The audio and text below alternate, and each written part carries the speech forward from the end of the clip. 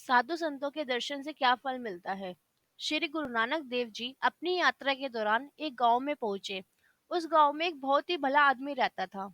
जब भी कोई संत महात्मा उस भले आदमी के घर जाते थे तो वह बहुत आदर सत्कार किया करता था और बड़े ही प्रेम भावना से उसकी सेवा करता था। वह अपने यहाँ पर आए हुए साधु संत से एक ही सवाल करता था कि साधु संतों के दर्शन से क्या फल मिलता है। श्री गुरु नानक देव जी उसकी इच्छा पूरी करने के लिए उसके घर जा पहुंचे। वह आदमी गुरु जी को अपने घर आया देखकर बहुत खुश हुआ। उसने गुरुजी को बहुत ही आदर सम्मान के साथ बिठाया और बड़े ही प्यार से उनकी सेवा की।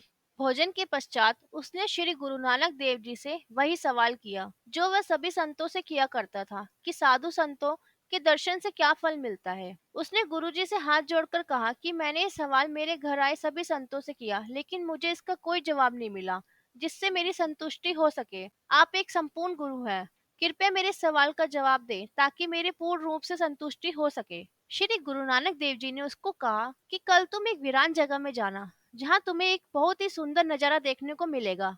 वहां पर तुम एक पेड़ के नीचे वाहे गुरु का नाम लेकर बैठ जाना। तुम्हें तुम्हारे प्रश्न का उत्तर वहीं मिल जाएगा और तुम्हारी संतुष्टि भी हो जाएगी। वह आदमी गुरु जी की बात मानकर अगले दिन एक वीरान जगह पर चला गया। वहां जाकर वह गुरु जी की बताई हुई जगह पर वाहे गुरु का नाम लेकर बैठ गया। उस पेड़ के ऊपर दो कौवे बैठे थे। जैसे ही उन कौवे की नजर भले आदमी पर पड़ी, वह एकदम बगुले के रूप में परिवर्तित हो गए। थोड़ी देर बैठने के बाद वह आदमी ये हैरान करने वाला दृश्य के बारे में सोचता हुआ घर वापस आ गया। घर आकर वह श्री गुरु नानक देव जी से बोला कि गुरुजी, आपके कहने पर मैं उसी जगह पर गया था जहाँ आपने कहा था, लेकिन मुझे ना तो कोई वहां मिला और ना ही मुझे मेरे प्रश्न का उत्तर मिला। गुरु नानक जी ने कहा, कोई बात नहीं, कल तुम फिर वहां जाना, तुम्हें तुम्हारे प्रश्न का उत्तर मिल जाएगा। अगले दिन वह आदमी गुरुजी की बात मानकर उसी जगह दोबारा चला गया। वह उसी पेड़ के नीचे जाकर बैठ गया। उसने पेड़ के ऊपर देखा, कल वाले दोनों बगुले वहीं बैठे थे। जैसे ही बगुले ने उस वाले आदमी को देखा, वह एकदम हंस के रूप में परिवर्तित हो गए। वह आदमी ये देखकर बहुत हैरान हुआ। थोड़ी देर बैठने के पश्चात वह आदमी घर वापस आ गया और गुरुजी को पूरे दिन का वृतांत सुनाया। वह आदमी बोला, गुरुजी, मेरे साथ 2 दिन ये हैरान करने वाला वाक्य हुआ, लेकिन मेरे प्रश्न का उत्तर मुझे अभी भी नहीं मिला।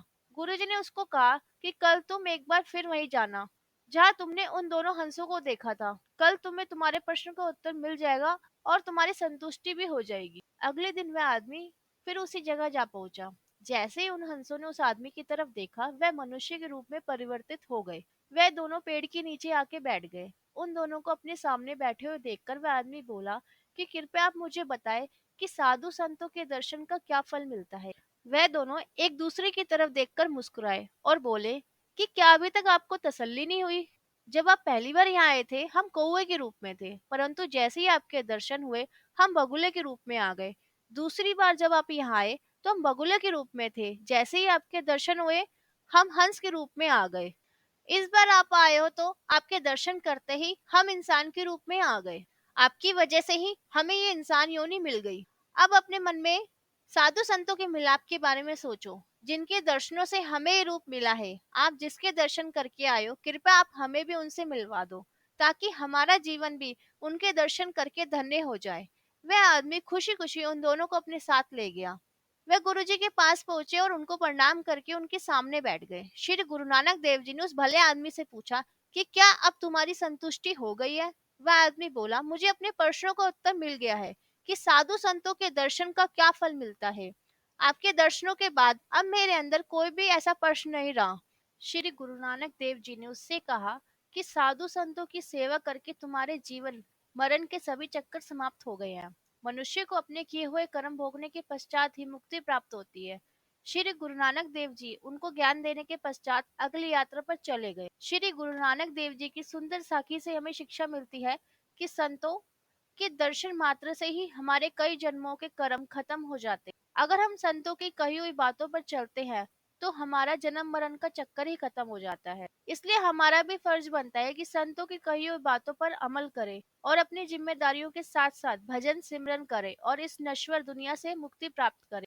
अगर आपको श्री गुरु नानक देव जी की ये साखी अच्छी लगी हो तो कृपया लाइक करें, सब्सक्राइब करें और कमेंट करना ना भूलें।